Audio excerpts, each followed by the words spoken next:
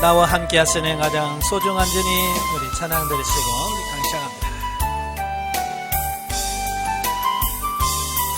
나와 함께 하시는 가장 소중한 주님, 영원토록 찬양 받으실 주님. 모든 것이 떠나고 모든 걸 잃었지만 언제나 함께 하신 주. 갈 길 잃어 방황할 때도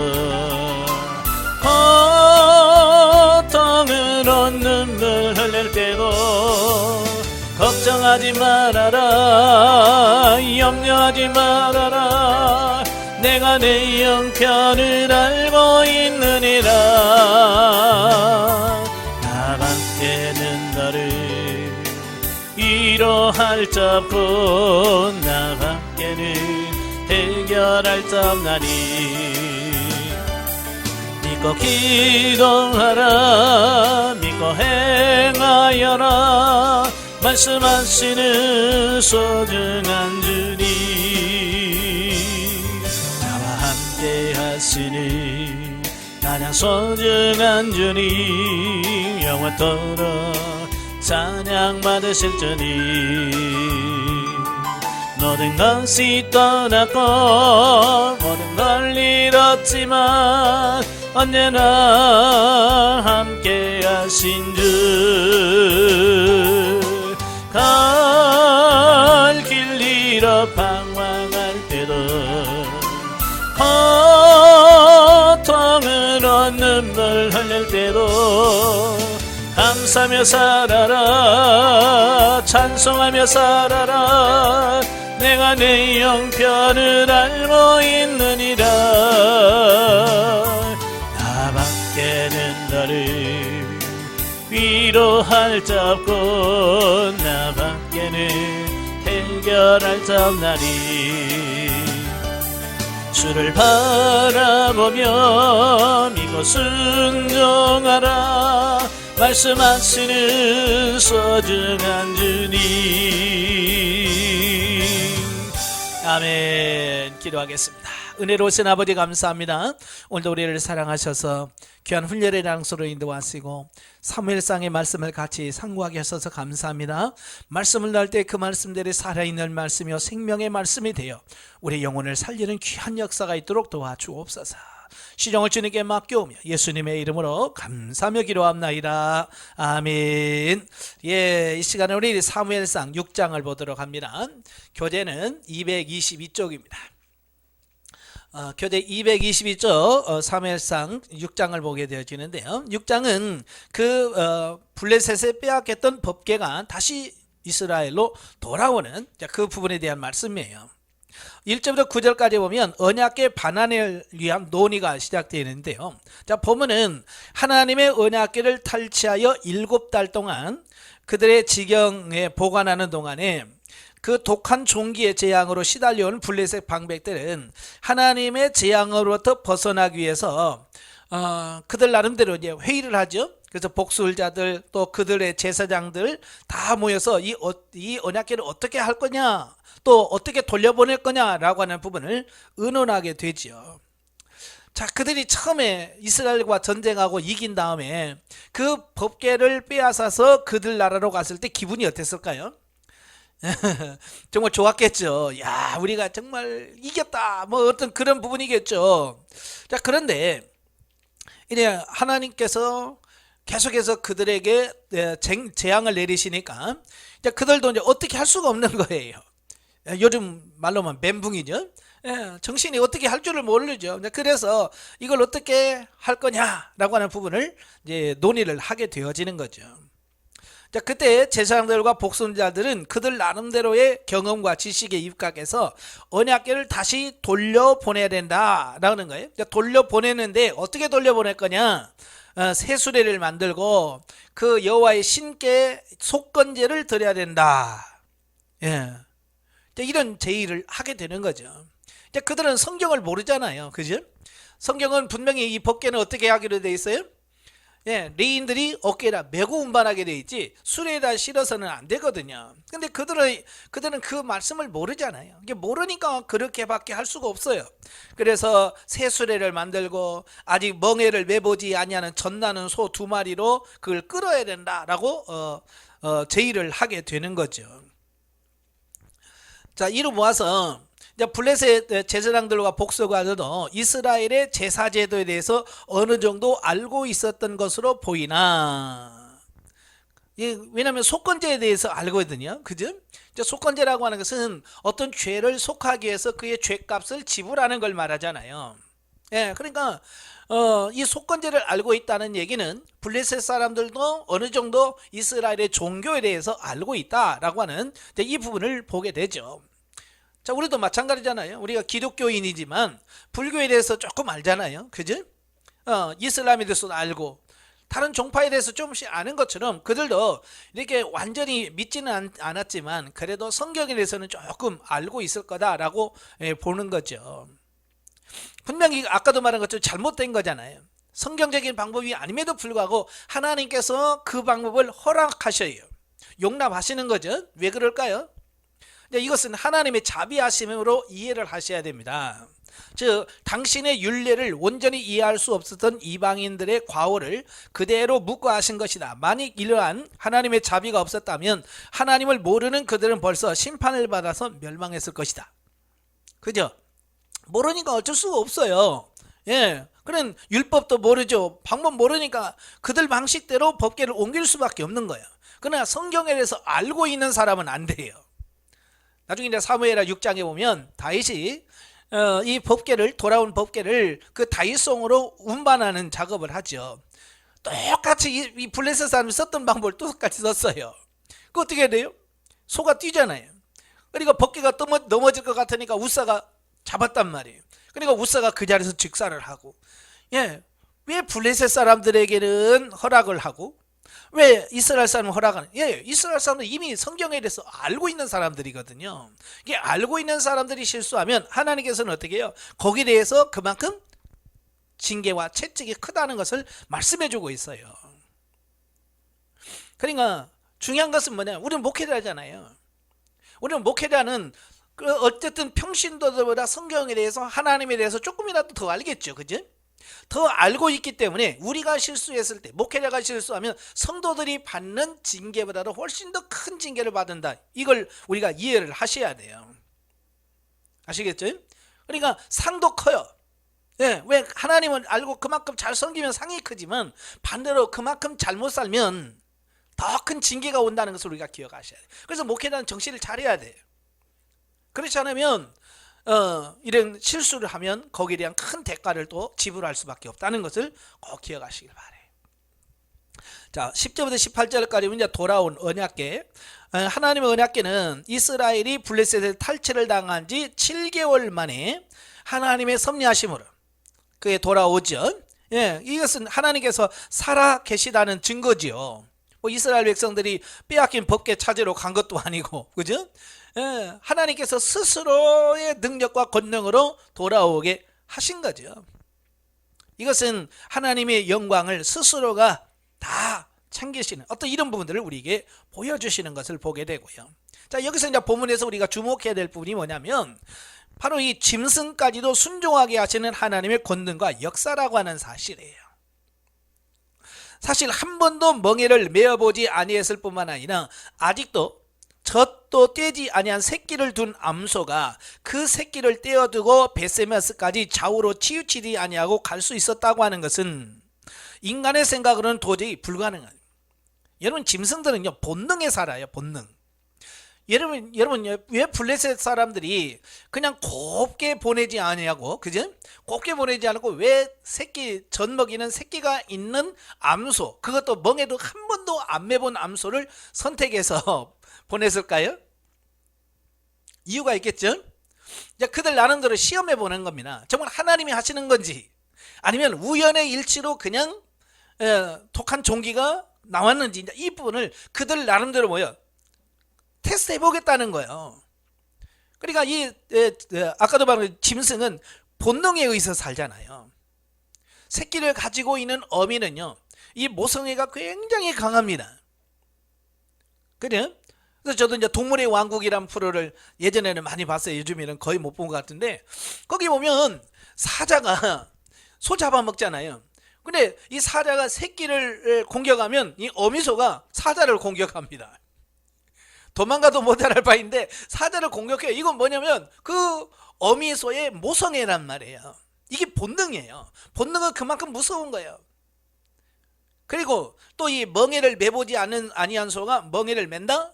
이거 쉽지 않은 얘기예요. 저는 이제 시골에서 자랐기 때문에 그 어렸을 때 그 소를 길들인다고 그러잖아요. 이제 소를 집에서 키워서 어느 정도 되면 그냥 막 소라고 해서 다 쟁기 끌고 그러지는 않아요. 못해요. 훈련을 받아야 돼요. 저도 어렸을 때 보면 그냥 소 위에다가 그냥 멍에만 이렇게 올려놓습니다. 다른 거 안 해요. 그냥 멍에만 올려놓고 이렇게 끌고 다녀요. 밭에 왔다 갔다 하면서 이 멍에에 대해서 적응을 해요.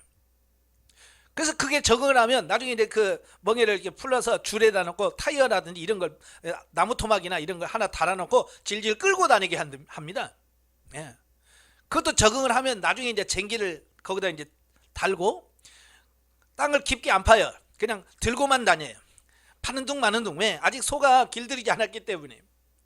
그래서 그게 적응이 되면 이제 땅에다 살살 이제 쟁기를 넣어서 이제 소가 갈 수 있도록. 그러니까 그게 쉽지 않아요.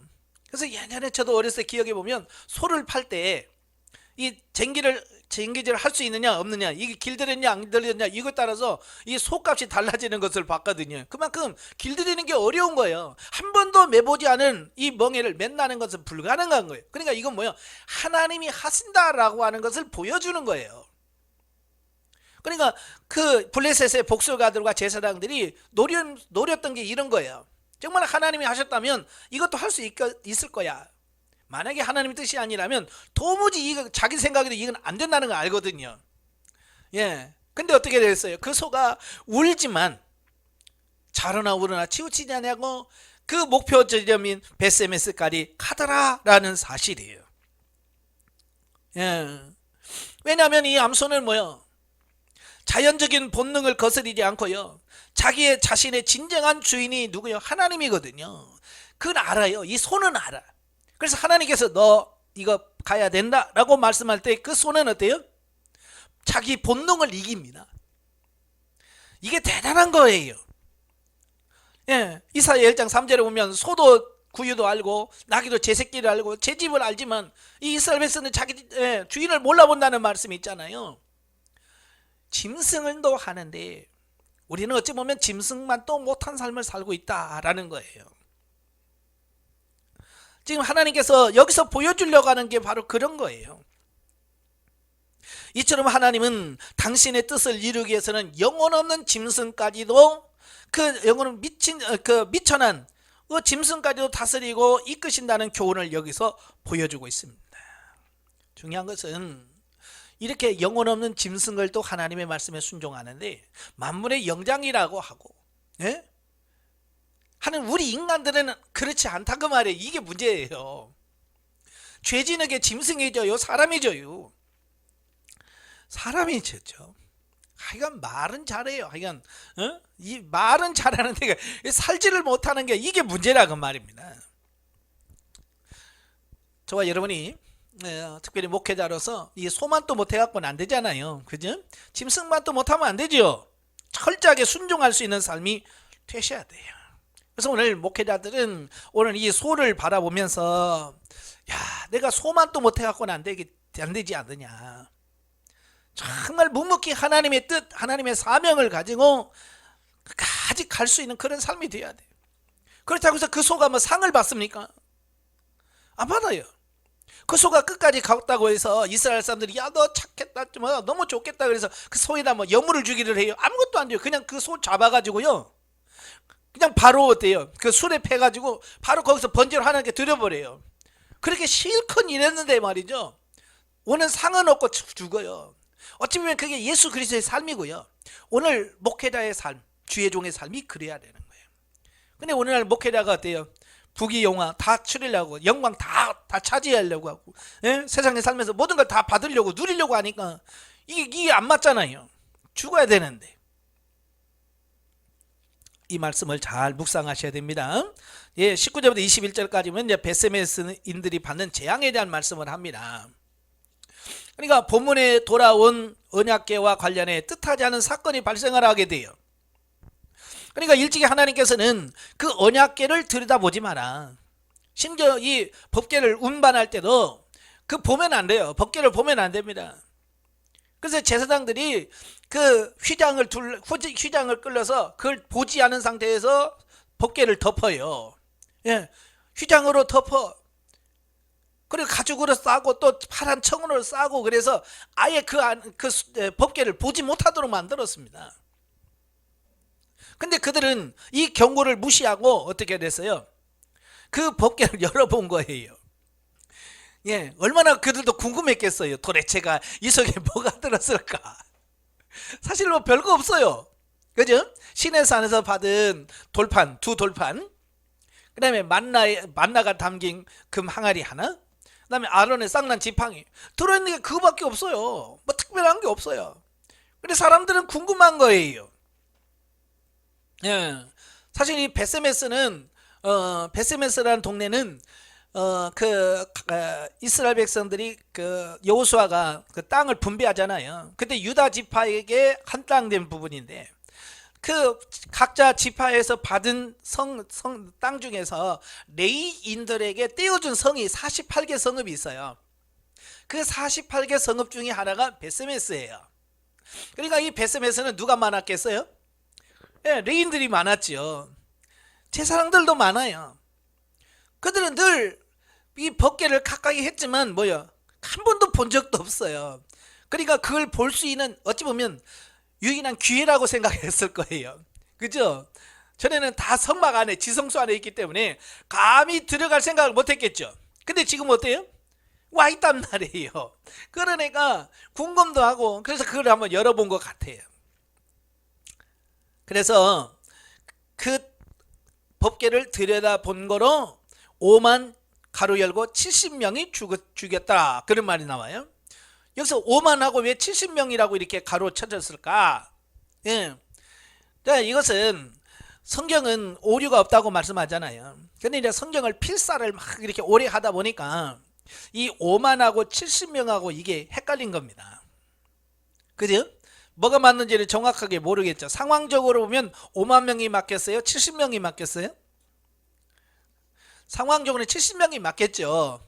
왜냐하면 베세메스라는 성은 그렇게 큰 성도 아니고, 그래서 5만 명이 다 보고 죽었다는 말은 좀 그렇잖아요. 근데 70명이 맞을 가능성은 있어요. 그럼에도 불구하고 혹시라도 이게 잘못되면 안 된다는 거예요. 그래서 5만 써놓고 70명이라고 가를 쳐놓은 거예요. 예. 그러니까 그 베세메스 사람들이 하나님의 징계로 죽은 거예요. 그러니까 그 동네 사람은 깜짝 놀랐어요. 그래서 기럇 여아림에게 사람을 보내서 야, 이것 좀 가져가라 라고 말합니다. 자, 이것도 마찬가지예요. 블레셋 사람들이 에글론에 처음에 갔을 때 막 사람들이 죽어갑니다. 그러니까 어디로 해요? 가드로 옮겨가잖아요. 가드로 옮겨가니까 또 막 죽어가요. 그러니까 에글론을 옮기려니까 에글론 사람들이 오지 마 그러잖아요. 이게 뭐냐, 옮기면 뭔가가 옮겨갈 거라고 하는 이런 지역신적인, 아직도 이스라엘 사람들에게 이런 잘못된 신앙관을 가지고 있었다라고 하는 부분을 여기서도 우리가 볼 수 있죠. 자, 이런 부분은 언제 어느 상황에서도 하나님의 명령을 간과될 수 있음을 잘 교훈해 준다. 그러니까 우리도 자칫 잘못하면 이런 실수를 할 수 있다는 것을 우리에게 보여주고요, 정신 차려야 된다는 겁니다. 사실 성도가 신앙의 연륜이 길다 보면 자칫 신앙적으로 구태의연함과 무감각하기 쉽다. 그러므로 성도들은 항시 하나님과 친밀한 교제를 나누기를 힘쓰되 그에 비례하여 더욱더 하나님의 권위와 존엄성을 인정하고 그분의 말씀에 전적으로 순종하는 겸손한 자세를 가져야 한다라는 것을 보게 됩니다. 그러니까 이런 거예요. 초신자들이 하나님을 무시합니까? 신앙생활 오래 한 사람들이 하나님을 무시해요? 그렇죠. 오래된 사람을 무시합니다. 그렇다 보면 목회자들이 더 경계심을 가져야 돼요. 어찌 보면 목회자들이 하나님에 대한 어떤 두려움을 상실해 버릴 때가 많아요. 예, 그래서 함부로 대할 수 있다는 얘기예요. 그래서 이 우리 목회자들이 정신을 차려서 하나님을 더 하나님답게 모시고 섬길 수 있는 그런 삶이 돼야지. 혹시라도 오늘 베스메스 사람들처럼 그렇게 호기심이라든지 또 이런 경계심이 낮춰지면 안 된다라고 하는 것을 꼭 기억할 수 있기를 바래요. 자, 7장으로 가지요. 자, 7장은 미스바 대성회의 승리와 사무엘의 순회 사역에 대한 말씀을 합니다. 자, 1절부터 6절까지는 미스바 대성회입니다. 성경에서 이스라엘 백성들이 모여서 회개 운동을 하는 여러 번이 나오는데 그 중에서 첫 번째가 바로 미스바 성회라고 할 수 있어요. 미스바 성회는 그 사무엘 선지자가 그 백성들을 모아놓고 같이 한 부분이라고 볼 수 있겠죠. 그러니까 이스라엘 백성들이 블레셋과의 전쟁에서 패배한 이후로 계속해서 이 블레셋의 압제에 눌려서 벗어날 수가 없는 거예요. 계속 블레셋에부터 공격을 받고 어려움을 당하는 겁니다. 그러니까 사람이 어려우면 누구를 생각하게 돼요? 자연적으로 하나님을 생각하게 되죠. 우리도 그래요. 잘 나갈 때는 하나님 안 찾습니다. 근데 잘 나가다가 어느 날 몸이 아프다든지 문제가 잘 안 풀리면 그때서 하나님 그걸 찾는단 말이에요. 이스라엘 백성도 마찬가지예요. 너무 이제 힘들어요. 힘드니까 이제 하나님에 대한 어떤 사모하게 되죠. 바로 그 마음을 알고 있는 사무엘이 백성들에게 야 모여자, 우리 모여서 회개하고 하나님께 가자, 그렇게 말한 거죠. 그래서 이제 백성들이 모이기 시작하는 겁니다. 사실 지도자가 아무리 하고 싶어도 백성들이 따라주지 않으면 할 수가 없지요. 저도 이제 목회를 해보니까 그러더라고요. 목사 아무리 뭘 하려고 해도 성도들이 거기에 호응 안 해주면 아무것도 안 돼요. 영성훈련도 마찬가지고요. 저 혼자 해가지고 뭐 이 영성훈련이 잘 되는 거 아니잖아요. 그죠? 저도 열심히 하겠지만 같이 훈련받는 분들이 같이 모여서 합심해주고 뭐 이렇게 해줘야 이게 되는 거죠. 그러니까 지금 그 백성들을 바르게 이끌고 싶어하는 사무엘의 마음과 이제 하도 힘들다 보니까 하나님을 찾고 싶어하는 그 백성들의 마음이 딱 하나가 된 거예요. 일치가 되어진 거죠. 그래서 성공하게 되어지는 거예요. 자, 그래서 우리가 미스바로 모이자 그러죠. 그러니까 백성들이 그렇잖아요. 지금 하나님 앞에 지금 기도하고 싶은데, 그래서 그 마음들이 쫙 모여서 미스바에 모여지게 되는 이런 부분들을 보게 돼요. 자, 여기서 이 사무엘이 백성들에게 개혁을 요구하죠. 이것만은 고쳐야 된다라고 말하는 두 가지가 있어요. 첫째가 뭐냐? 우상을 제거해라. 우상을 제거하고, 두 번째는 마음을 하나님께로 향하여 오직 그만 섬기라. 자, 이 두 가지를 요구하는 겁니다. 외적인 부분보다도 바로 이 내적인 부분, 이 하나님과의 관계, 이 부분에 대해서 초점을 맞추는 거죠. 그러니까 여기서 말하는 사무엘의 종교 계획은 뭐냐? 신앙생활의 본질이 무엇인가를 명확히 제시해 주고 있어요. 즉 하나님을 섬기고 그의 은혜 안에 거하기를 원하는 자가 있다면 그는 세상에 대한 모든 욕심과 죄악된 것을 버리고 전인격을 다하여 하나님을 섬기며 그의 명령에 순종하는 실천적 태도를 가져야 한다는 것을 여기서 말씀해 주고 있습니다. 그러니까 개혁이라고 하는 것은 누구를 바꾸는 게 아니에요. 참 오늘날도 마찬가지예요. 정권이 바뀌면 맨 처음에 시작하는 게 뭐예요? 개혁하자. 문재인 대통령도 뭐예요? 적폐청산 그러잖아요. 어찌 보면 그것도 개혁이에요. 개혁을 하기 위해서는 적폐를 먼저 청산해야 된다라고 말하는 겁니다. 근데 지금 성공했어요? 아니죠. 왜 그럴까요? 자기들을 변화시키지 않은 상태에서 남을 변화시킬 수 없다는 얘기예요. 그러니까 다른 사람을 개혁하려면 실패합니다. 나 자신을 바꿔야 돼. 그래서 사무엘 선지자가 야 우리 모여서 개혁하자 라고 말하면서 뭐라 그래? 야 우상 청산해. 만약에 사무엘이 오늘 같은 정치가가 사무엘이 됐다면 우리 중에 나쁜 놈 누구냐? 잡아내, 곤란해, 누구누구 몇 명 처리하면 되겠지. 아니란 말이에요. 그게 아니란 말이에요. 우리 각자가 하나님 앞에 가서 내 안에 있는 내가 섬기는 우상들 이런 걸 청산해야 돼. 내가 바뀌어야지 내가 바뀌지 않으면 안 된다는 것을 여기서 말씀해 주고 있습니다. 진정한 개혁은 나로부터 시작해야 된다. 영성도 마찬가지, 교회도 마찬가지. 성도들 보러 아무리 바뀌어라 변화되라 뭐라고 해도요 끔찍도 아니에요. 그런데 목회자가 바뀌면 말 안 해도 바뀌어요. 참 신기한 거예요. 지금은 그 프로가 없어졌죠. 예전에 우리 아이가 달라졌어요 그러잖아요. 그러면 오죽했으면 이 부모들이 거기다가 제보를 하고 와서 그 찍을까요? 그죠? 그런데 거기 와서 솔루션을 하는 거 보면 아이에게 하는 것보다 부모에게 먼저 하잖아요. 그러니까 부모가 바뀌면 자식이 바뀌어요. 근데 부모들은 뭐냐면 얘가 문제라고, 얘를 어떻게 좀 바꿔달라고 얘기한단 말이에요. 근데 얘를 바꿀 수가 없는 거예요. 근데 부모가 바뀌어서 부모의 태도나 삶이 달라지면 아이가 자동적으로 바뀌더라고요. 그게 뭐냐, 이게 개혁이에요. 그래서 이제 오늘날 우리 교회가 살 수 있는 방법은 뭐냐, 목회자가 먼저 하나님 앞에 엎드려서 무릎 꿇고 기도하는 거예요. 제일 안타까운 게 뭐냐, 기도해 보면 누가 제일 기도 못하냐, 누가 못해요? 목회자들이 못해요. 참 신기한 거예요. 제가 집중기도를 이렇게 쭉 해요. 지금 21차 준비하고 있잖아요. 평신도들은요 2시간이면 2시간 합니다.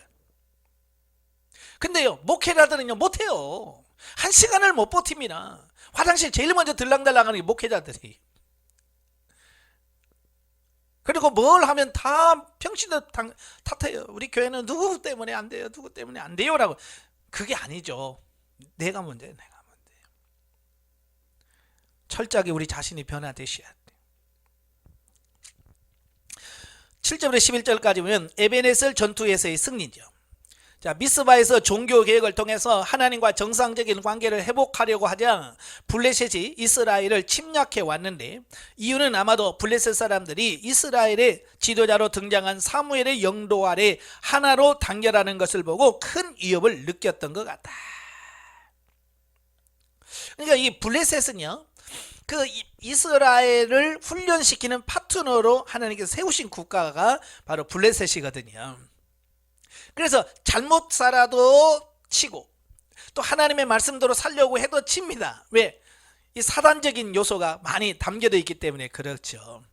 그러니까 하나님의 말씀대로 살려고 하면 할수록 뭐가 와요? 핍박이 옵니다. 어려움이 와요. 고난이 와요. 이건 성경에서 이미 우리에게 가르쳐주는 부분이에요. 물론 너희가 경건하게 살고자 하는 자는 고난이 올 거다, 박해가 올 거다, 이건 기정사실입니다.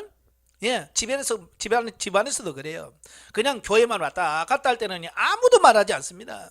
근데 어느 날 내가 하나님 말씀대로 살아보겠다라고 하고 기도하기로 작정하고 성경 보기로 결심하고 딱 하면 그때부터 가족들이 들고 일어납니다.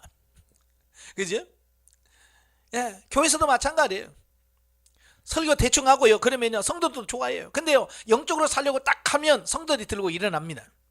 꼭 그렇게 해야 됩니까? 꼭 그런 식으로 해야 됩니까? 라부터 시작을 해서 그때에 사람 보면 실패합니다.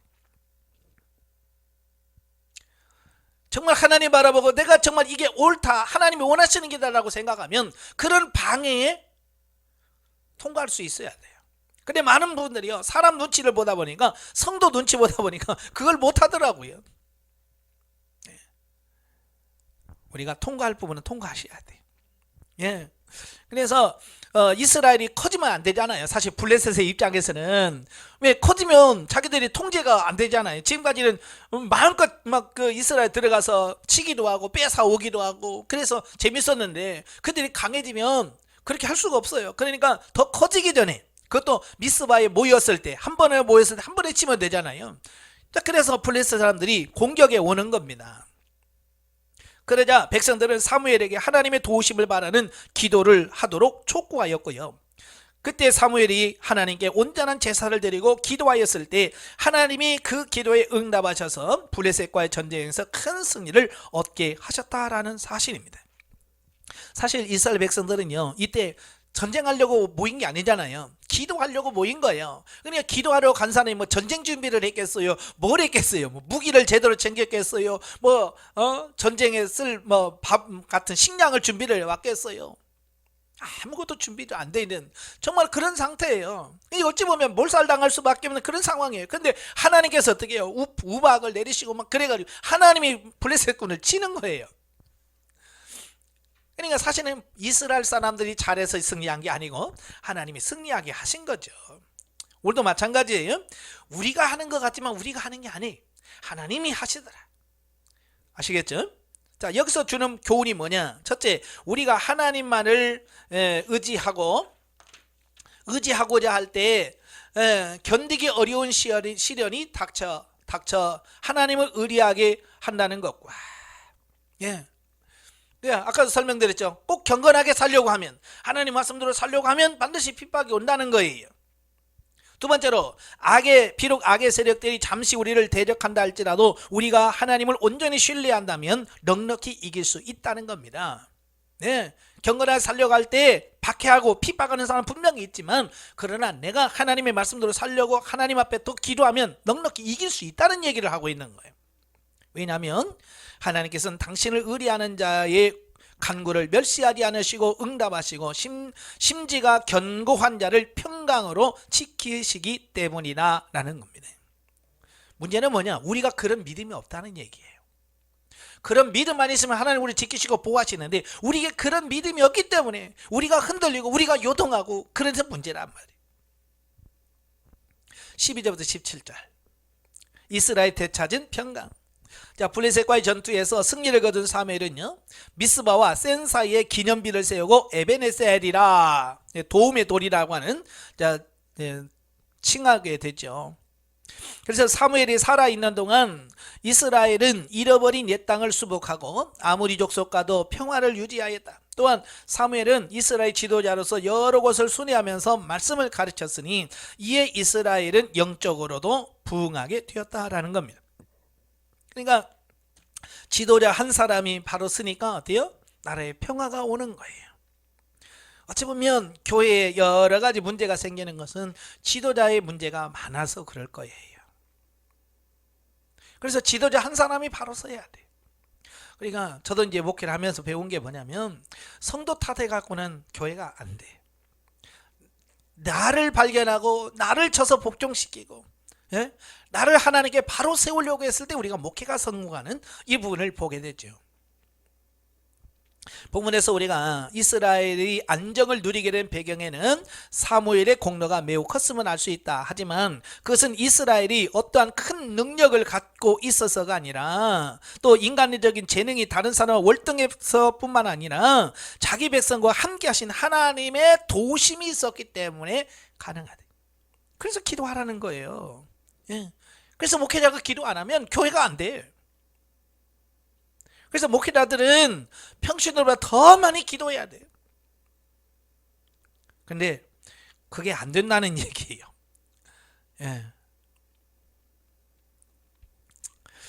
기도하시길 바래요. 우리 사실 지도자가 굉장히 중요하거든요. 나라를 봐도 나라의 지도자가 굉장히 중요하잖아요. 한 사람이 어떻게 하느냐에 따라 달라지는 거예요. 그래서 우리는 늘 지도자를 위해서 기도할 줄 알아야 돼요. 나라의 지도자 세웠으면 흔들기보다는 기도해야 되는데, 지금 보면 어때요? 막 흔들기만 하지 기도 안 해요. 기도하시기를 바라요. 지도자를 위해서. 한편 사무엘은 블레셋과의 전투에서 이스라엘을 구원하였으며 또한 이스라엘 정치적 종교적 지도자가 되기는 했지만, 그렇다고 해서 이스라엘을 전역을 다 통치한 건 아니었고요. 거기는 베델과 미스바와 라마와 길가를 잇는 그 매우 좁은 지역을 통치했을 뿐이다. 따라서 본문은 언젠가는 이스라엘 전역을 통치할 왕이 출현하게 될 거라는 사실을 암암리에 우리가 시사해주는 이 부분을 보게 됩니다. 영적에 보죠. 1절부터 6절 보면, 오랜 이스라엘의 영적 단절에서 하나님만 섬겼을 때 다시 하나님과 관계가 회복되었음을 말하고 있다. 하나님은 이스라엘을 위해서 사무엘을 선지자로 세우시고 그가 사는 날 동안 블레셋의 침입을 막으심으로 이스라엘 구원하셨다. 오늘날 영적 이스라엘 우리에게도 마음을 돌이켜 하나님께로 향할 때 하나님은 늘 삶 속에서 구원을 베푸시는 분이시다. 그러니까 우리가 하나님께 늘 마음을 줘야 돼. 아시겠죠? 예, 그래서 우리 마음이 늘 하나님께로 고정될 수 있도록 우리가 신경을 많이 쓰셔야 됩니다. 자, 8장을 보면 이스라엘 백성들이 왕을 요구하는 내용이 나와요. 자, 1절부터 9절 왕을 요구하는 백성들. 이제 본장은 그 이스라엘 역사에서 일대 전환기를 이루는 장면입니다. 왜냐하면 이스라엘 백성들이 뭘 요구한다고요? 왕을 요구하는 거예요. 왕을 요구해요. 예. 그러니까 사람들은요, 심리가 참 이상해요. 좀 살만하면 이상한 마음이 들어요. 그러니까 사무엘을 통해서 힘들던 블레셋 침입을 통해서 맨날 고통을 당하던 그들이 이제 사무엘을 통해서 조금 편해지고요, 살만하니까 이제 왕을 세워달라고 요구하고 있는 어떤 이런 모습을 보게 되죠. 자, 그런데 그들이 왕을 요구하는 이유가 뭐냐? 정말 하나님의 뜻이어서 왕을 구하느냐, 아니면 인본주의적인 자기 생각에 매여서 왕을 달라고 하느냐, 이제 이런 거예요. 그래서 이스라엘 백성들이 우리에게 왕을 세워달라고 하는 표면적 이유가 뭐예요? 두 가지예요. 사무엘, 당신 늙었잖아. 나이 먹어서 통치하기 어렵다. 다른 하나는 뭐예요? 당신의 아들은 부패했다는 거예요. 이 두 가지를 이유를 들어서 왕을 세워달라고 요구를 합니다. 참, 여기서 보면 우리가 한 가지 기억할 것은, 천하의 사무엘 선지자라도 자식은 어때요? 마음대로 안 되죠. 이게 참 중요한 거예요. 그래서 정말 자식 농사는 내 마음대로 안 돼. 아무리 선지자라도 이게 잘 안 되는 거예요. 그래서 기도하면서 하셔야 되고, 저도 이제 이 본문을 보면서 하나님께 늘 고민하면서, 하나님, 아니 사무엘 선지자 정도로 한다면 자식은 어떻게 좀 잘 해야 되지 않을까요? 엘리는 그랬다 치더라도 이 사무엘은 그렇지 않으면 좀 잘해야 되지 않을까요? 라고 기도했어요. 근데 성경을 읽는 과정 속에서 왜 사무엘이 자식을 잘 못했을까? 밖에 일이 바빠서? 물론 그럴 수 있겠죠. 그런데 사실은 이 사무엘은요, 어렸을 때부터 젖을 떼자마자 바로 성전에서 자랐잖아요. 그러니까 가정에서 부모와의 관계 속에서 배워야 할 걸 제대로 못 배운 거예요. 이게 참 문제거든요. 하나님께서 가족을 허락하신 이유는 뭡니까? 그 가족 안에서 서로 서로 이런 배우는 겁니다. 그러니까 부전자전이란 말이 있잖아요. 자식이 아버지를 닮아요. 왜요? 늘 아버지가 어떻게 사는지를 보면서 배우는 거죠. 그러니까 아버지가 잘 보여야 되는데 아버지의 모습을 잘못 보여주면 그럴 수 있어요. 근데 이 사무엘은 어렸을부터 성전에서 자랐기 때문에 아버지의 역할이 뭔지 잘 모르잖아요. 그죠? 그러니까 자기가 아버지가 됐는데도 불구하고 자기가 아버지 역할이 뭔지 모르니까 아마 자식을 잘 대하지 못했지 않았을까라는 겁니다. 그러니까 뭐 편부모라고 해서 다 그런 건 아니고요. 대부분에 보면 그 편부모 밑에서 자란 자녀들이 보면 이런 걸 잘 몰라요. 왜냐하면 경험을 안 해봐서 그렇거든요. 사실 그렇거든요. 딸들은 남자를 누구를 통해서 아냐면 자기 아버지를 통해서 남자라는 게 저런 거구나, 이런 걸 배워가는 거예요. 그래서 아이들이 뭐라고 그래요? 나 나중에 시집갈 때 누구한테 간다고 그래? 아빠한테 갈래 그러잖아요. 이제 그러면서 아빠를 통해서 이걸 배워가는 거예요. 그러니까 아빠에게 상처를 받으면 나중에 부부관계가 나중에 성장해서 이 부부 사이가 이게 안 좋은 거예요. 왜? 어렸을 때 자기 친정 아버지와의 관계가 안 좋은 사람들은 남편과의 관계도 안 좋아요. 왜? 늘 배운 게 그거밖에 없기 때문에 그런 거거든요. 특별히 부모 없이 고아원에서 성장하신 분들은 이게 어려운 거예요. 보고 자란 게 없어요. 그러니까 인식이 없는 거예요. 아빠라는 것은, 아빠는 이런 거야, 아빠는 이렇게 사는 거야, 아빠는 이렇게 했었어 라고 하는 그게 없잖아요. 그러니까 뭐요? 이스라엘 백성이 했던 거 똑같아요. 자기 속에는 옳은 대로 행하더라. 이게 자기가 좋으면 좋은 거고 싫으면 싫은 거예요. 근데 일반 사람들 그게 이해가 안 되잖아요. 그죠? 예. 가족 안에서 할 때는 때로는 가족이 싫어하면 내가 아무리 하고 싶어도 내려놓고 뭐 안 하고 이런 게 있잖아요. 그런 훈련이 돼 있잖아요. 근데 고아원이나 이런 데는 그런 게 안 돼 있잖아요. 그러니까 결혼해서도 그런 게 안 되어져요, 잘. 그래서 그런 부분들은 그런 상처가 있다는 걸 스스로 인식을 해야 돼요. 고아로 성장하신 분은 내가 이런 부분이 부족해 라는 걸 스스로 알고 어떻게 하면 이걸 극복할 수 있을까라고 해서 책을 읽고 뭐 상담을 통해서 이걸 도움을 받아야 되는데, 사람들은 그런 생각을 안 해요. 자기는 완벽하다고 생각해 버리는 거예요.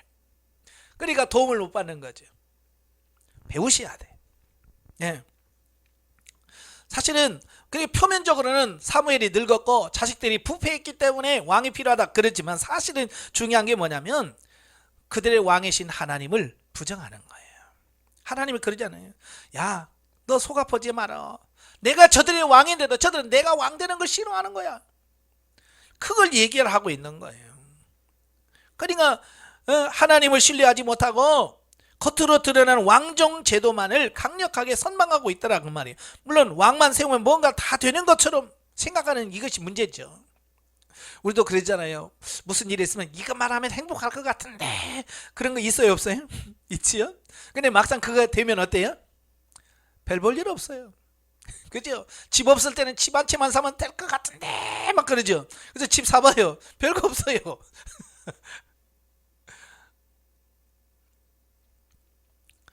이스라엘 백성도 마찬가지예요. 이미 왕정은요, 이미 하나님의 구속사 안에 있어요 없어요? 있어요. 하나님의 구속사 계획 속에요. 이미 신명기 17장에서 모세를 통해서 나중에 너희를 왕을 세울 때 이렇게 세워라. 그래서 왕 제도까지요. 이미 다 말씀을 했어요. 그건 뭐예요? 하나님의 구속사의 계획 속에는 왕정 체제가 다 있었어요. 그래서 그들은 뭐예요? 하나님 이 때문인가 하나님의 뜻을 이루어 주세요라고 기도하면서 왕을 세웠더라고 한다면 문제가 없었을 텐데, 그들은 자기 욕심을 따라서 막 왕을 구하는 거예요. 그게 문제라고 말이에요. 우리가 물질을 구하라? 성경에서 물질 구하지 말라는 말이 있어요 없어요? 없어요. 구하세요 물질을. 그러나 자기 욕심을 따라 구하면 그게 안 되는 거예요.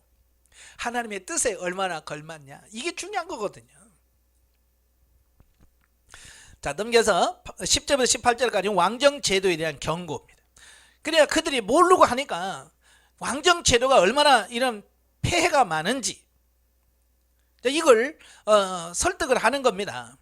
그래서 사무엘 선지자가 폐단에 대해서 크게 두 가지로 말씀하는데, 하나는 뭐냐, 왕을 세울 경우 오히려 모든 백성들이 그 왕의 노예가 될 수 있다는 것. 그래서 사람이 왕이라면요 그냥 부려먹어. 그게 문제라 그 말이에요. 또 하나는 뭐냐, 백성들이 그러한 왕의 폭정으로 인하여 하나님께 부르짖을지라도 그때는 하나님께서 응답하지 않을 것이라는 겁니다. 왜? 자기들이 원해서 요구해서 만든 왕이기 때문에 그 왕이 막 폭정내서 왕 때문에 죽겠어요. 그래도 하나님은 너희 기도 안 들어주겠다. 자, 이걸 말씀해 주는 겁니다. 사실 모든 제도가 그러하듯이 신정체제든 왕정체제든 각기 장단점을 다 갖고 있어요. 그죠? 지금도 마찬가지예요. 공산주의도 장단점이 있고요. 민주주의에 장단점이 있어요. 이게 좀 많은 게 민주주의라고 할 수 있겠죠. 네, 장점이 많고 단점이 좀 적은 게 민주주의라고 할 수 있겠죠. 예, 다 문제점이 있어요. 다만 그 체제가 중요한 게 아니고 그 체제를 운영하는 자의 자세가 중요한 거예요. 하나님 앞에 올바로 서 있느냐, 그렇지 않느냐. 그래서 이스라엘 왕들 보면 그렇잖아요. 왕이 하나님 앞에 바로 서 있으면 선한 왕으로서 백성들을 다 통치합니다. 그럼 나라가 잘 돼요. 근데 악한 왕이 등장해서 막 자기 마음대로 하고 우상 숭배하고 그래봐요. 바로 그 나라가 어때요? 어려움을 당하게 되는 이런 부분들을 보게 되죠. 예.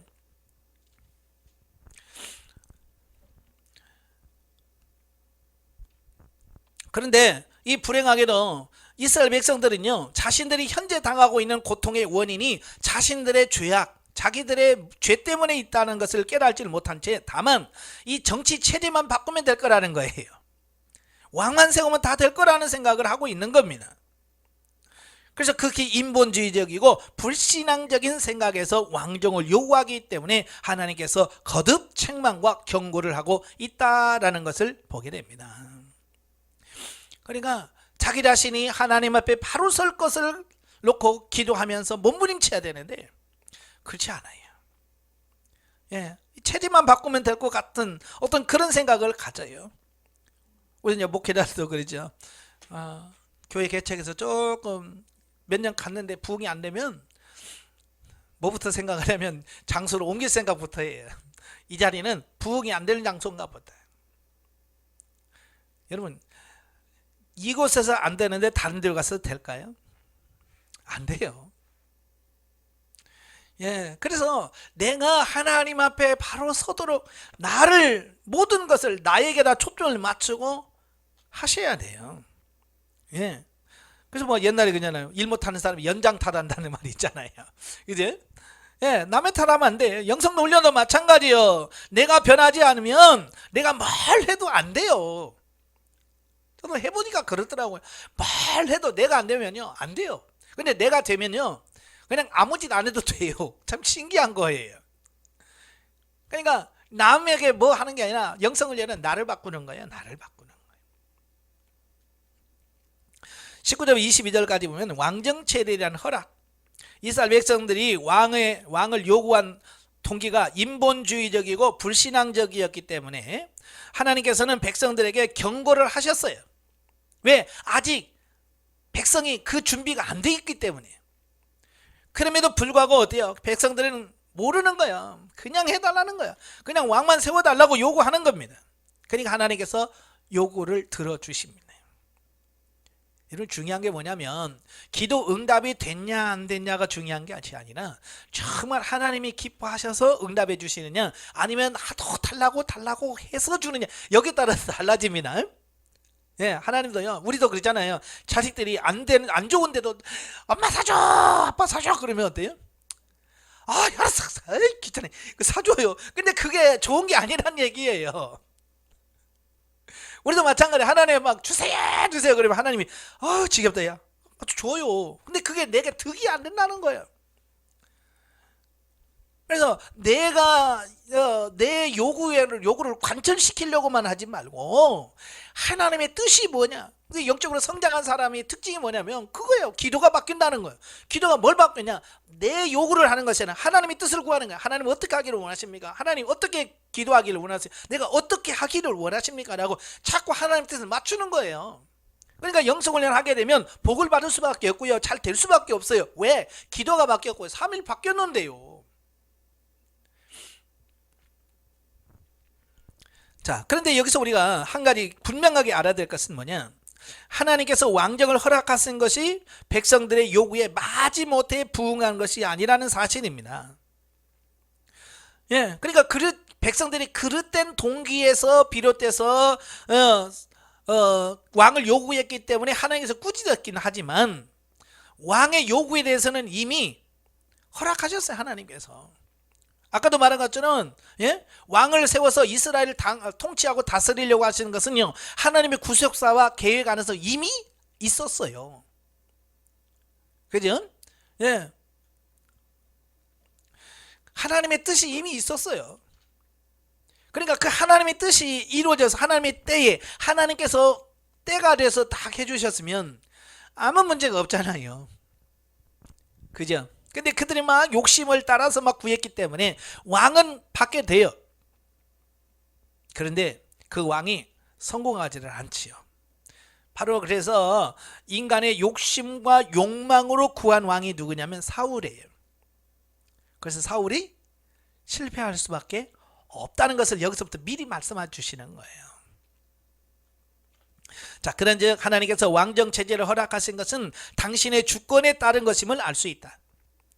이런 사실은 이후 이스라엘의 왕이 세워지는 전 과정에 있어서 하나님께서 당신의 대리자인 사무엘의 주관하에 이루어지도록 역사하셨음에 의해서도 분명히 뒷받침된다. 더욱이 하나님께서는요, 백성들이 단순히 이방인들과 같은 왕정체들을 요구한 것 이상으로 이스라엘의 왕이 당신의 말씀대로 백성들을 통치하도록 명령하고 간섭하심으로써 체제 면에서는 왕정이나 내용적인 면에서는 신정을 대행하는 신정적 왕정체제가 되도록 하셨다는 거예요.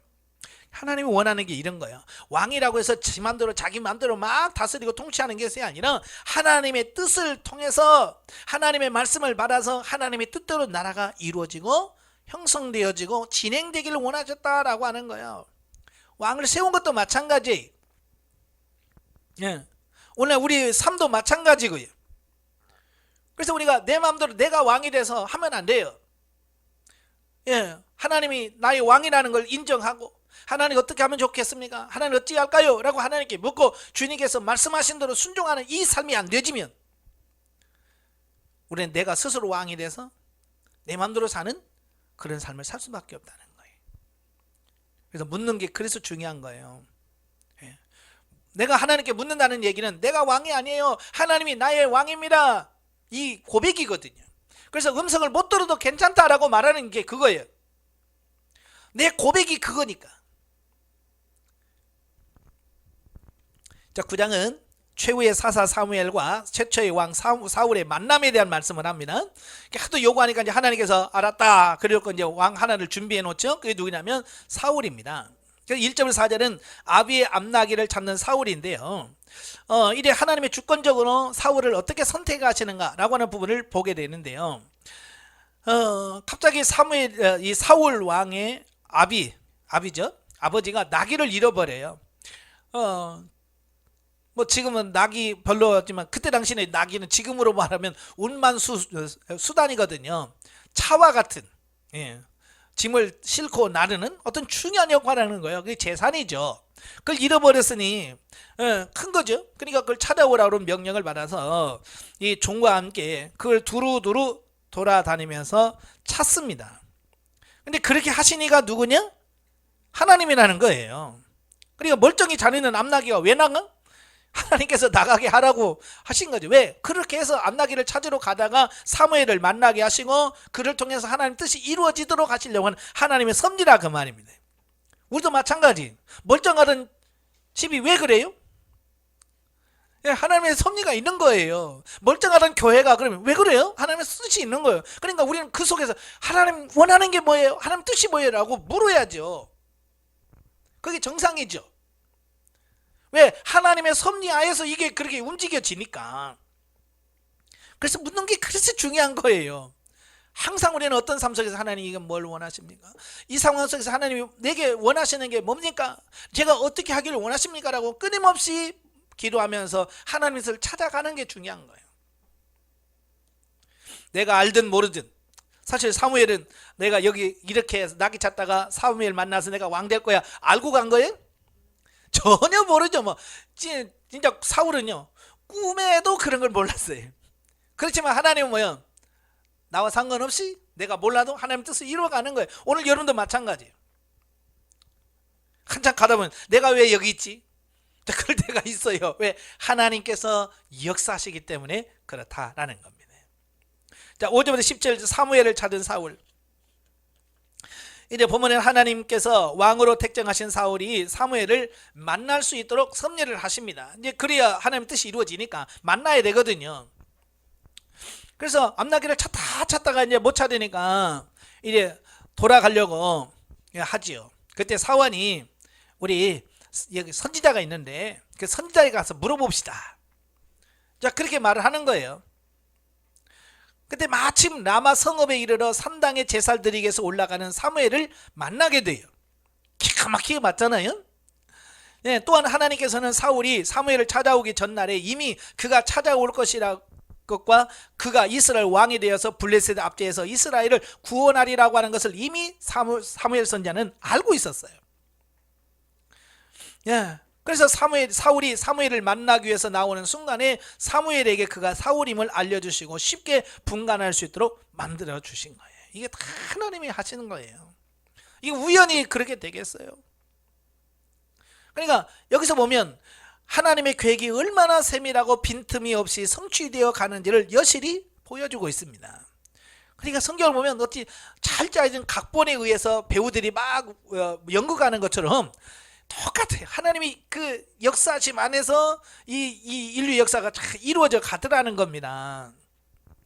즉 하나님께서는 당신의 뜻을 이루기 위해서 계획을 세우셨을 뿐만 아니라 그 계획의 세밀한 부분까지 일일이 간섭하시고 주관하셔서 그 일의 성취함에 한치의 오차도 없게 하시는 전지전능하신 분이시다.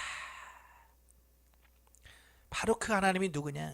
우리의 아버지시고 우리 하나님이시고 오늘 살아계셔서 우리의 모든 것을 역사하시는 그분이라고 말이에요. 그러면 사울 때만 그렇게 하셨고 지금은 안 하시는가? 어때요? 그럴 것 같아요? 아니에요. 그때도 하셨다면 지금도 하시는 겁니다. 그러니까 저와 여러분이 만남도 우연이 아니에요. 정말 하나님의 역사심 속에서 이루어지는 겁니다. 제가 전주에 내올 거라는 것은 저는요, 꿈에도 정말 내가 전주로 갈 거라는 생각 안 했어요. 근데 하나님께서 하게 하셨어. 오게 했고요. 또 이 사역 하게 하셨잖아요. 그렇다고 해서 저는 여기서 또 뭐 죽을 때까지 있을 거라는 보장도 없어요. 또 하나님께서 어떻게 역사할지 몰라요. 어느 날 또 나를 섬으로 보낼지, 또 저 강원도로 보낼지 나도 몰라요. 나는 그때 하나님께서 가라시면 예 하고 또 짐 싸고 갈 거예요. 예, 우리는 하나님의 뜻에 순복하는 거지. 다른 거 없어요. 자, 18절부터 27절에 보면 왕으로 소명을 받은 사울. 보면은 사무엘을 만난 사울이 자신이 하나님에 의하여 이스라엘의 왕으로 부르심을 받았음을 사무엘로부터 깨우침을 받는 장면으로, 사무엘은 사울을 만나자 그가 이스라엘 왕으로 백성들의 존경을 받을 자가 될 것임을 알려줍니다. 그리고선 그를 유력한 자 30명이 모인 자리에 수석에 앉힘으로써 그가 명실상부한 이스라엘의 왕이 될 것임을 암시합니다. 그리고 그를 지붕으로 따로 불러서 최종적으로 하나님의 계시를 구체적으로 전달하게 됩니다. 자, 아까도 말한 것처럼 사울은요, 낙이 찼다가 사무엘 만나서 왕 될 거라는 건 정말 꿈에도 생각을 못했던 거죠. 그냥 낙이 차도록 갔다가 그렇게 된 거예요. 오늘도 마찬가지입니다. 예, 우리를 향한 하나님의 뜻이 어디 있는가? 우리는 모를 때가 많아요. 저도 지금 하나님의 뜻을 모릅니다. 모르는 게 거의 100%, 하나님의 뜻이 100%라면 저는 99.999% 몰라요. 하나님의 뜻에 대해서 정확하게 모릅니다. 단지 하나님의 뜻에 순복하려고 늘 하나님의 주님 어떻게 하는 것이 하나님의 뜻을 이루는 겁니까? 라고 물으면서 갈 뿐이에요. 그러다 가다 보면 이게 하나님의 뜻이었구나. 하나님의 계획하신 바가 이런 거였네 라고 알게 되는 거예요. 깨우쳐 주는 거예요. 오늘 사울도 마찬가지죠. 사무엘을 만나서 하나님이 이런 계획을 갖고 계신다. 그러니까 아이고 그러시냐고. 이제 그렇게 해서 알잖아요. 자, 우리도 가다 보면 그렇게 알게 돼 있어요. 우리는 본문에서 나오는 사무엘과 사울을 통하여 각각의 교훈을 얻을 수 있는데요. 먼저 사무엘을 통해서 사사로 온전히 하나님의 뜻에 순복하여 이스라엘의 왕정 체제가 수립될 수 있도록 충실한 가교 역할을 감당할 수 있었다는 겁니다. 즉 사울의 등극으로 인해서 자신의 통치권이 상실되거나 하는 것을 전혀 개의치 아니하고 오직 신본주의적인 자세를 취하였다라는 겁니다. 이게 무슨 말이에요? 지금까지는 사무엘이 뭐예요? 왕과 같은 존재거든요. 왕은 아니지만 사사로서 통치권이 있잖아요. 그죠? 그냥 사무엘이 모든 이스라엘을 통치하는 통치권을 가지고 있어요. 근데 이제 사울을 왕으로 삼으면 그 통치권을 어떻게 해야 돼요? 당연히 왕한테 넘겨줘야 되죠. 재판권이란 이런 걸 다 왕한테 넘겨줘야 돼요. 어쩌면 사무엘의 입장에서는 사울이 반가워요? 안 반가워요?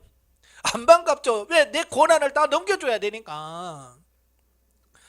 사람들은요, 자기가 쥐고 있는 거요, 내려놓기 어려웠습니다. 예.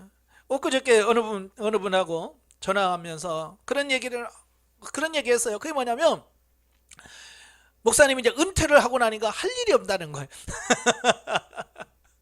그렇죠?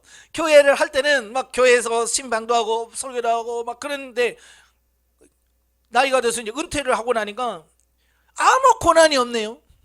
교회에 대해서. 그러니까 심심하기도 하고, 그러니까 이제 미치겠다는 거예요. 그래서 여러분도 은퇴 이후에 교회 사역은 내려놔도 끝까지 하나님의 일을 할 수 있는 걸 마련해 놔야 돼요. 그렇지 않으면, 은퇴 준비하지 않으면 은퇴하고 나서 엄청나게 많은 어려움을 당해요. 그 어려움이라는 게 어떤 물질의 공급, 그게 아니라 담임 목사로 있을 때는 열심히 했잖아요. 그러니까 성도들 인정도 받고 막 이런 거 있었는데, 은퇴하고 나면 그런 게 하나도 없어요. 성도들한테 자기 말 안 듣고 이제 담임 목사님 말 듣잖아요. 그러면 이제 이게 준비가 안 된 분들은 거기서 자꾸 끼어들려고 그래. 그래서 담임 목사가 성도들 사이에 끼어서 자꾸 자기의 어떤 힘을 발휘하려고 하고 자기의 뭐 엄권을 해서 막 그래서 끌어가려고 하는. 이러니까 이 원로 목사파 또 새로 목사파 뭐 이게 나눠져 가지고 교회가 은퇴하고 나서 교회가 깨지는 경우가 많잖아요. 왜? 은퇴 준비가 안 돼서 그래요. 내려놓을 준비가 안 돼서. 오늘 사무엘 선지자는요 과감하게 내려놓잖아요. 그래서 이걸 내려놓는 훈련을 하셔야 됩니다. 예, 내려놓는 훈련을 하셔야 돼요. 그렇지 않으면 우리도 똑같이 앞서서 실패했던 그분들의 뒤를 그대로 따라갈 수밖에 없습니다.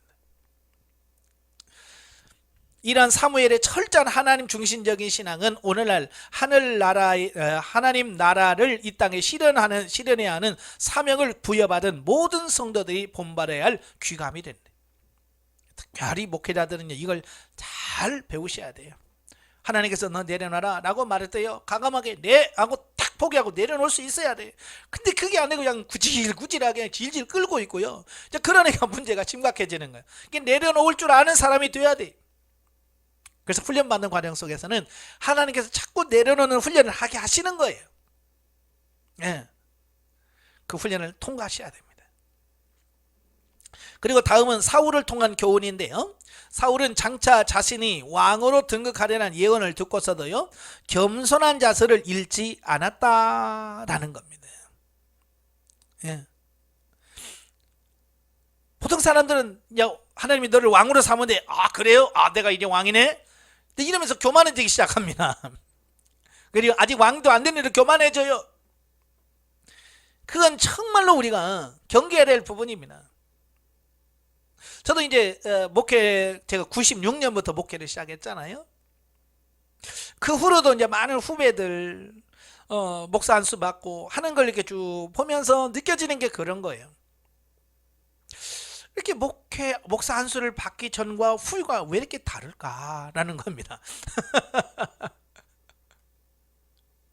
말이 다르고 행동이 다르고 자 그런 걸 보면서 야 정말 이건 아닌데 그건 아닌데라고 하는 어떤 이런 생각들을 참 많이 하게 돼요. 이거 안 됩니다.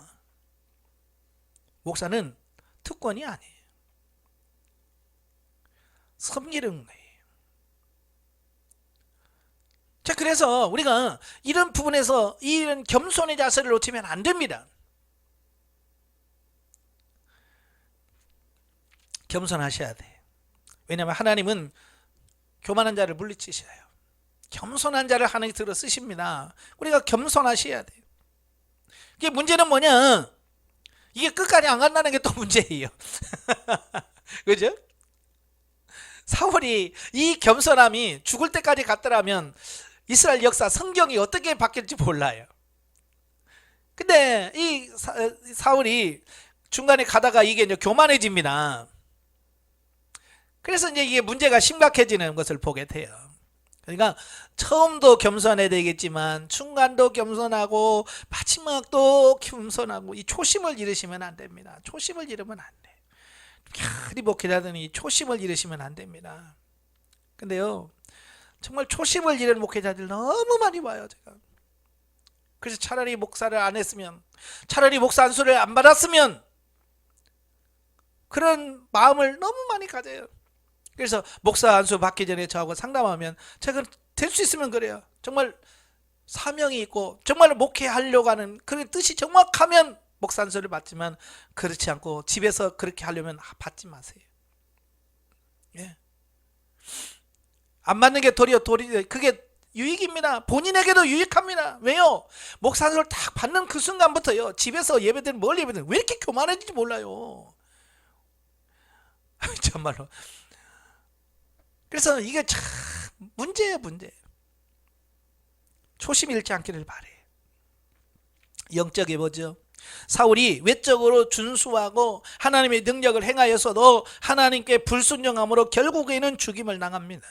우리가 아무리 은사와 능력이 충만하다 할지라도 그것은 일시적이고요. 하나님의 뜻대로 사용되지 않고 육적 욕망을 위해서 사용될 때 소멸되어지고 하나님의 말씀을 따라 사는 산만이 영원한 생명이 된다고 하는 것을 보게 됩니다. 그러니까 중요한 것은 우리의 삶 속에서 뭐가 중요한지를 정확하게 인식을 하셔야 돼요. 뭐가 중요하지? 예. 외적인 어떤 환경이나 조건이 아닌 내면에서 하나님 중심의 삶이 더 중요하다는 사실이에요.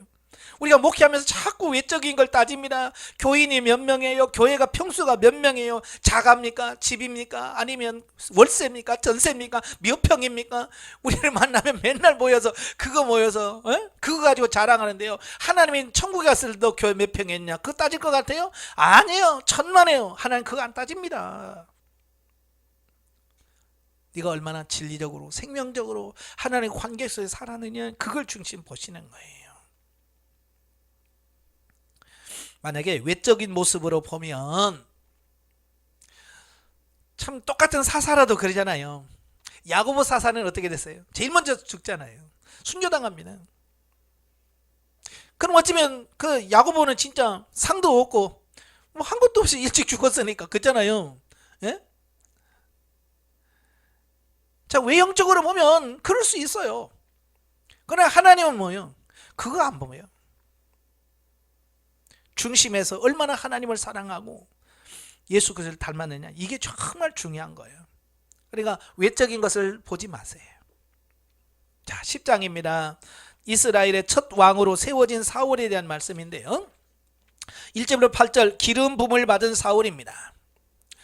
예, 사무엘이 사울에게 여기서 기름을 붓고 왕이 될 거라고 하시고 기름을 붓고 나서 세 가지 징표를 얘기합니다. 왜냐하면 사울은요 아직 믿음이 없는 사람이거든요.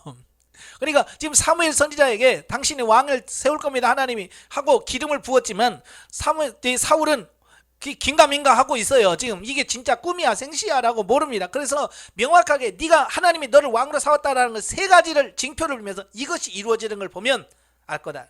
그 세 가지 징표를 줍니다. 믿음 없는 사람들에게 믿음을 주고 확신을 주기 위해서 하신 거거든요. 세 가지가 뭐예요? 첫 번째는 라헬 묘지 근처에 두 사람을 만나게 될 거다. 그들이 암나기를 찾았다는 소식을 너에게 말할 거다.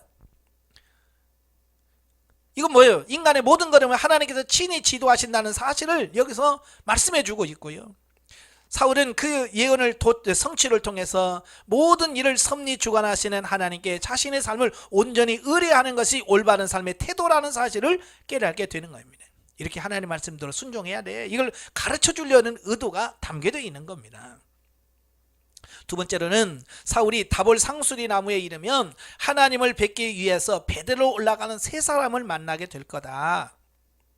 예, 이것은 사울에게 인간 사이의 일보다 하나님과의 바른 관계 정립을 위해서 하나님과의 교제가 우선시 되어야 함을 깨닫게 할 것이다. 그리고 세 번째 징표는 사울이 하나님의 산에서 예언하는 선지자의 무리를 만날 것이고 그때 사울에게 하나님의 신이 임하여 그가 세 사람이 되리라고 하는 이 말씀을 합니다. 이것은 사울에게 그의 백성을 지도하는 자는 반드시 하나님의 지도와 인도와 가르침을 받아야 한다는 사실을 깨닫는, 그러니까 우연이 아니라 이런 일들에 반드시 하나님의 목적이 있어요. 의도가 있어요. 우리도 마찬가지예요. 우리가 은혜를 받았다. 왜 은혜 받게 하시는 이유가 있을 거 아니에요. 그래서 하나님 이유가 뭡니까? 라고 해서 하나님의 뜻을 정확하게 아는 게 중요한 겁니다. 근데 우리는 그런 거 생각 안 해요. 야, 나는 은혜 받아서 막 성령에 불 받아서 거기만 생각하지 왜 하나님이 불을 주셨고, 그죠? 왜 하나님께서 그런 능력을 주셨는지를 모르는 거예요. 그러니까 받아놓고도 실패하게 돼요. 그래서 이 세 가지 징표는 실제로 성취되는 것도 큰 의의를 지니지만 장차 사울이 왕에 대해서 백성을 다스릴 때 어떤 자세를 가져야 되느냐라고 하는 부분을 교훈해 주기 위한 면에서 큰 의의를 가지고 있다라는 사실이에요. 비록 모세 때부터 지금까지 이어온 신정체제가 왕정체제로 전환하는 것이지만 이스라엘의 왕은 여전히 신정적 일관성을 계승한 신정주의적 왕정체제를 구현해야 한다는 가르침을 주고 있는 겁니다. 그러니까 왕이라고 네 맘대로 하면 안 된다. 철저하게 하나님의 말씀과 뜻을 따라서 시행해야 된다. 왕도 하나님의 일꾼이다. 하나님의 종이야. 이걸 통해서 깨닫게 하는 겁니다. 만약에 이걸 사울이 가슴에 꽉 새겼다고 한다면 그가 교만하지 않았을 거예요. 자기 마음대로 안 살았을 거예요. 근데 이걸 잃어버렸단 말이에요. 그래서 그가 뭐가 돼? 폭군이 되어지는 거예요. 그래서 나중에는 하나님께서 세운 다윗까지도 죽이려고 먼 정성을 거기다 다 쏟다가 뭐예요? 비참한 죽음을 당하게 되는 그런 부분을 보게 되죠. 9절부터 16절 하나님의 신에 감동된 사울. 자, 보면은 세 가지의 징표가 실제로 성취되는 장면입니다. 하나님의 예언은 그대로 성취됩니다.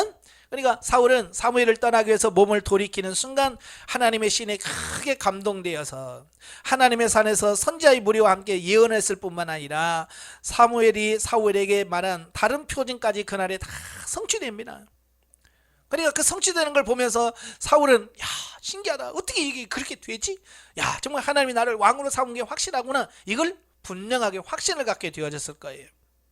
자, 여기서 두 가지 교훈을 주는데요. 첫째, 하나님의 말씀은 한치의 오차도 없이 성취된다는 겁니다. 그죠? 예, 미리 말하잖아요.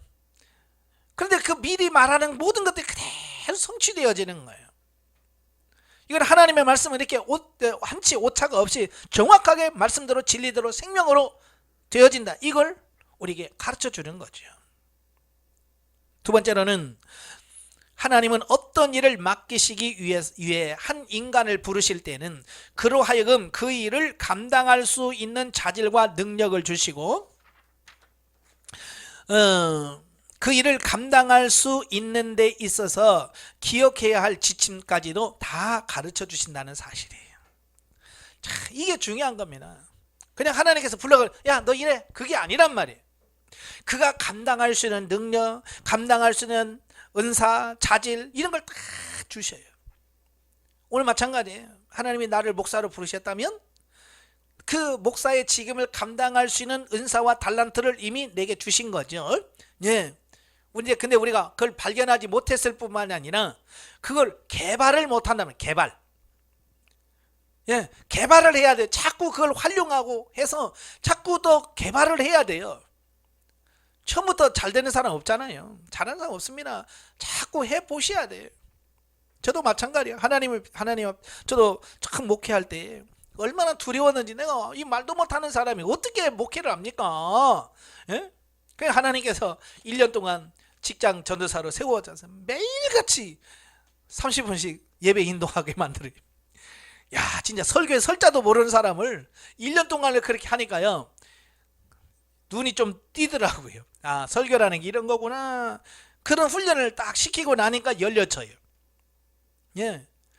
또 저를 강사로 세우기 전에 그 기도원에서 1년 거의 2년 동안 매주 화요일마다 가서 집회 인도하게 하고, 자, 그러면서 대중 집회를 어떻게 인도해야 되는지 그 훈련을 시키신 거예요. 예.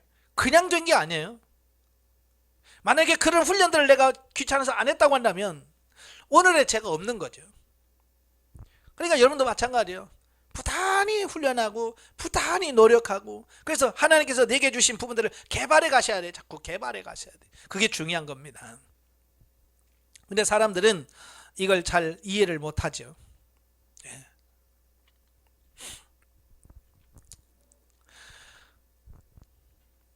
한편 본문에 사울이 그의 숙부와 나눈 대화의 내용도 부기로 기록되어 있는데요. 사울은 자신이 이스라엘 왕으로 택정함을 받고 사울에게서 기름 부음을 받았음에 대해서 발설치 않았는데, 이는 그가 자신의 왕적 소명을 의심하였기 때문이라기보다는 아직 공식적인 왕위 선출 절차가 남아있는 상황에서 신중히 행동하려 한 때문으로 이해가 됐네. 그래서 숙부가 뭐지요? 야, 너 어떻게 됐냐? 그러니까 사무엘 선지자 만났고요. 사무엘 선지자 만났다 보니까 뭐라고 해서 궁금하잖아요. 야, 그가 너 뭐라고 어디 만나니까? 예, 여러분도 그러죠? 상담하고 나면 뭐라고 그래요? 있잖아요. 궁금하잖아요. 예, 다른 사람한테 관심이 많아요. 자, 여기서 마찬가지로 사무엘 만났다니까 그래, 그럼 선지자 뭐라고 하더냐? 그러면 지금까지 이야기를 잘 할 수도 있잖아요. 글쎄 나 오늘 왕이 된대, 뭐 이럴 수도 있잖아요. 근데 사울은 거기서 말하지 않아요. 그러니까 사울도요, 근본적으로 나쁜 사람은 아니에요. 아시겠죠? 근본적으로 사람이 잘못되거나 나쁜 사람이 아니에요. 그걸 못 지켜서 문제지.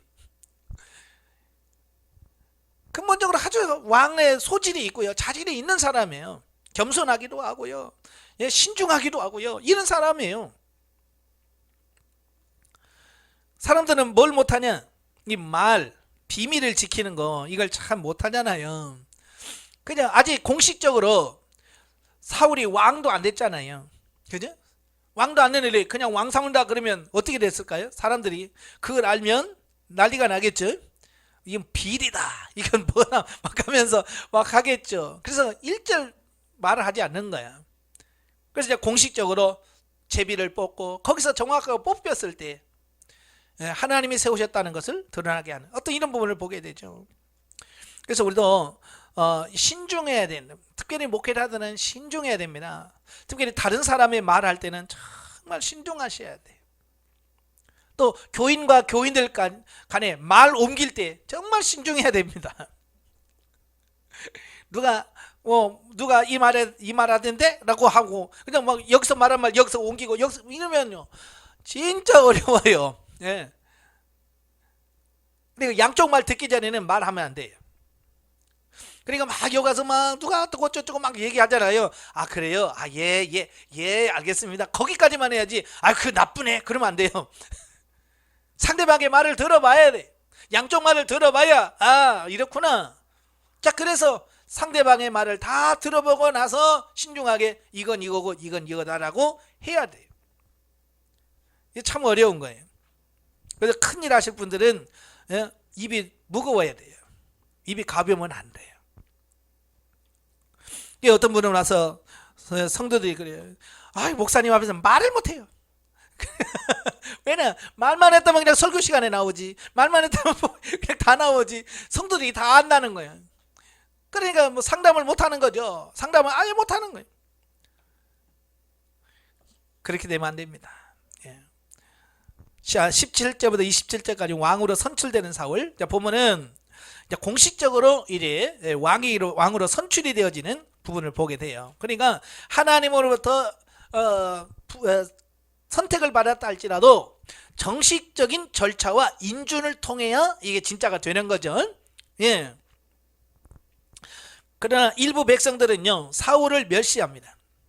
뽑아놨는데 하나님께서 제비 뽑기를 통해서 하나님께서 사울을 딱 걸리게 하셔서 뽑아놨잖아요.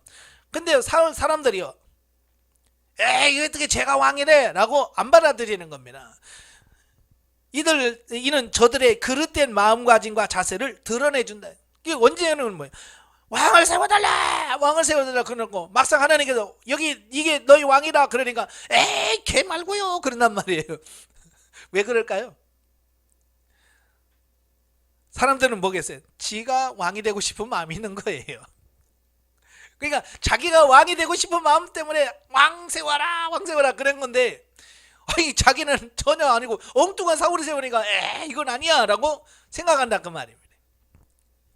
참, 이런 사람들이 너무 많은 거예요. 특별히 베냐민 지파는요 그 12지파에서 제일 약한 지파잖아요. 그죠? 왜 사사기 때 다 망하고 600명 남았잖아요. 그때부터 성장해도 시간적인 여유가 얼마 없기 때문에 그 지파 중에 제일 약한 지파가 베냐민 지파예요. 근데 그 중에서 뽑아서 왕으로 뽑으니 그게 마음에 들겠어요? 그래서 그들은 하나님이 세우셨다는 사실을 안 믿어. 왜냐하면 그들은 하나님께서 그들의 삶을 이끈다는 믿음이 없어요. 오늘 목회하면서도 그런 게 많아요. 하나님이 사람을 붙여주기도 하시고 보내기도 하시고 보냄을 받기도 하고 이걸 아셔야 돼요. 근데 성도들은 목회는 가끔 이런 분들이 많아요. 성도들이 다른 교회에서 우리 교회를 오는 것은 하나님의 뜻이에요. 그죠? 그래서 할렐루야 감사합니다. 근데 내 교인이 다른 교회로 가면 이건 저주감이야. 이건 안 돼요. 이거 그거 생각부터 바꾸셔야 돼요. 오게 하신 분도 하나님이시라면 가게 하신 분도 하나님이시고, 사람을 붙여주신 분도 하나님이라면 떼게 하신 분도 하나님이라는 걸 우리가 인식을 하셔야 돼요. 그래야지. 그렇지 않으면 이거 그것 때문에 시험 들기도 하고요. 많이 그렇습니다. 어쨌든 보면은 사울이 왕으로 선출된 것이 하나님의 절대 주권적인 역사에 의해서 이루어졌다라고 하는 것을 보여주는 겁니다.